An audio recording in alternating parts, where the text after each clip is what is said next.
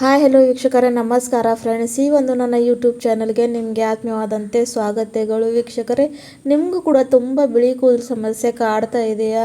ಹಾಗಾದರೆ ಖಂಡಿತವಾಗ್ಲೂ ಇವತ್ತು ನಾನು ಹೇಳೋ ರೆಮಿಡಿನ ನೀವು ಸ್ವಲ್ಪ ಕೂಡ ಸ್ಕಿಪ್ ಮಾಡದೆ ಕೊನೆವರೆಗೂ ಈ ಒಂದು ವಿಡಿಯೋನ ನೋಡ್ಕೊಂಡು ಹೋಗಿ. ಅಂದರೆ ನಿಮ್ಮನ್ನು ಒಳ್ಳೆ ಪರಿಹಾರ ಸಿಗೋದು. ಮತ್ತು ಅದು ಕೂಡ ನೀವು ಕೆಮಿಕಲ್ನ ಬಳಸೋದಕ್ಕೆ ಹೋಗೋದಿಲ್ಲ. ನ್ಯಾಚುರಲ್ ಆಗಿ ನಮ್ಮ ಮನೆಯಲ್ಲೇ ಯಾವುದೇ ಒಂದು ಹಣ ಖರ್ಚು ಮಾಡದೆ ನೈಸರ್ಗಿಕವಾಗಿ ನಮ್ಮ ಕೂದಲನ್ನು ಕಪ್ಪು ಮಾಡ್ಕೊಳ್ಬಹುದು. ಅದು ಯಾವ ರೀತಿ ಅಂತ ಬನ್ನಿ ವೀಕ್ಷಕರೇ, ತಡ ಮಾಡದೆ ನೋಡ್ಕೊಳ್ಳೋಣ. ಅದಕ್ಕೋಸ್ಕರ ನೋಡಿ, ಇಲ್ಲಿ ನಾನು ಗ್ಯಾಸ್ ಮೇಲೆ ಒಂದು ಕಬ್ಬಿಣದ ಬಾಳಿಗೆಯನ್ನು ತೊಗೊಂಡಿದ್ದೀನಿ. ಸೊ ಕಬ್ಬಿಣ ಬಾಳಿಗೆ ನಿಮ್ಮೆಲ್ಲರಿಗೆ ಗೊತ್ತಿದೆ, ಕೂದಲು ಆರೈಕೆಗೆ ಭಾಳಷ್ಟು ಒಳ್ಳೆಯದು. ಲೋಹ ಪದಾರ್ಥ ಅಂಶ ಇರೋದ್ರಿಂದ ಕೂದಲು ಆರೈಕೆಗೆ ಇದು ಒಂದು ಬೆಸ್ಟ್ ಆಗಿರುತ್ತೆ. ಆಮೇಲೆ ವೀಕ್ಷಕರೇ, ಇಲ್ಲಿ ನಾನು 2 ಸ್ಪೂನಷ್ಟು ಕಲೋಂಜಿ, ಕಪ್ಪು ಜೀರಿಗೆ, ನೈಜೀರಿಯಾ ಸೀಡ್, ಬ್ಲ್ಯಾಕ್ ಕ್ಯೂಮನ್ ಸೀಡ್ ಕೂಡ ಇದನ್ನು ಅಂತಾರೆ.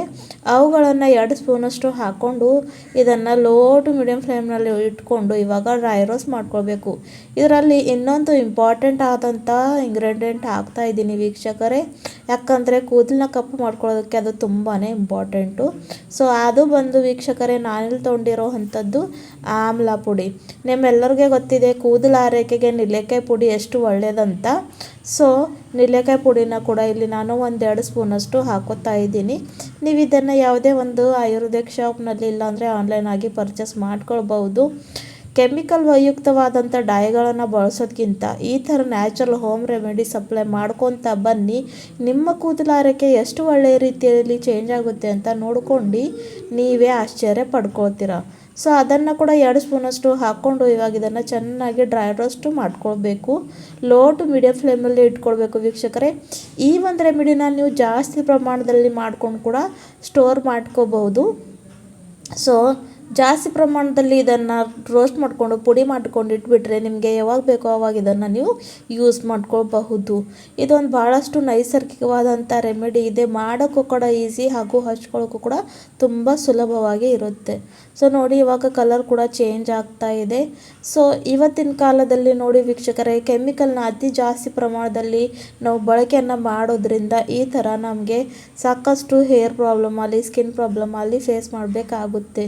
ಸೊ ಮತ್ತು ಅದರ ಮೇಲೆ ನಾವು ಕೆಮಿಕಲ್ ಯುಕ್ತವಾದಂಥ ಡೈಗಳನ್ನು ಹಚ್ಕೊಂಡ್ರೆ ಮತ್ತಷ್ಟು ಕೂದಲು ಏನಂದರೆ ತುಂಬಾ ಹಾಳಾಗುತ್ತೆ. ಆದಷ್ಟು ಆಯುರ್ವೇದಿಕ್ ವಸ್ತುಗಳನ್ನು ಬಳಸೋಕ್ಕೆ ನೋಡಬೇಕು ವೀಕ್ಷಕರೇ. ನೋಡಿ, ಚೆನ್ನಾಗಿದ್ದು ರೋಸ್ಟ್ ಆಗ್ತಾ ಇದೆ.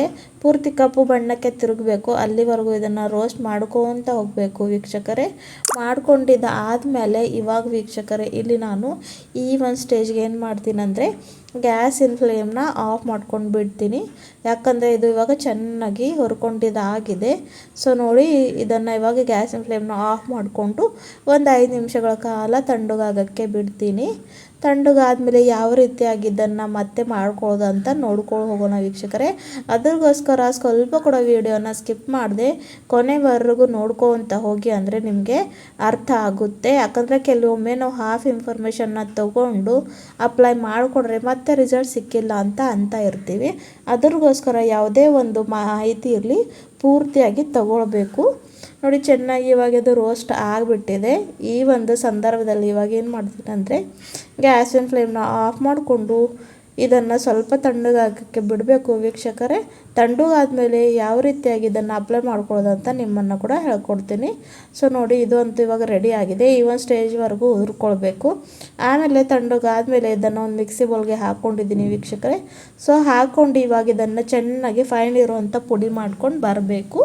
ಪುಡಿ ಮಾಡ್ಕೊಂಡು ಬಂದ ತಕ್ಷಣ ಯಾವ ರೀತಿಯಾಗಿ ಆಗಿದೆ ಅಂತ ಇಲ್ಲಿ ನೀವು ನೋಡ್ಕೊಂಡು ಹೋಗಿ. ಸೊ ನೋಡಿ, ಎಷ್ಟು ಚೆನ್ನಾಗಿರುವಂಥ ಬ್ಲ್ಯಾಕ್ ಇರುವಂಥ ಪುಡಿ ಇಲ್ಲಿ ರೆಡಿ ಆಗಿದೆ.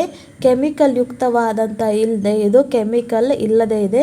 ಸೊ ನ್ಯಾಚುರಲ್ ಆಗಿ ಇದನ್ನು ನೀವು ಹಾಯಾಗಿ ಯೂಸ್ ಮಾಡ್ಕೊಳ್ಬಹುದು.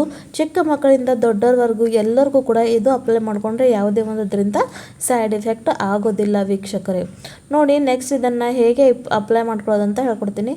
ಸೊ ಒಂದು ಬೌಲಲ್ಲಿ ರೆಡಿ ಮಾಡಿ ಇಟ್ಕೊಂಡಿರೋಂಥ ಪುಡಿನ ತೊಗೊಳ್ಬೇಕು ವೀಕ್ಷಕರೇ. ಸೊ ಕೆಲವೊಮ್ಮೆ ಏನಾಗುತ್ತೆ, ನಮ್ಮ ಹತ್ರ ಜಾಸ್ತಿ ಟೈಮ್ ಇರಲ್ಲ, ಅಂದಾಗ ನಾವು ಈ ಥರ ಮಾಡಿಕೊಂಡು ಅಪ್ಲೈ ಮಾಡ್ಕೊಳ್ಬಹುದು ವೀಕ್ಷಕರೇ.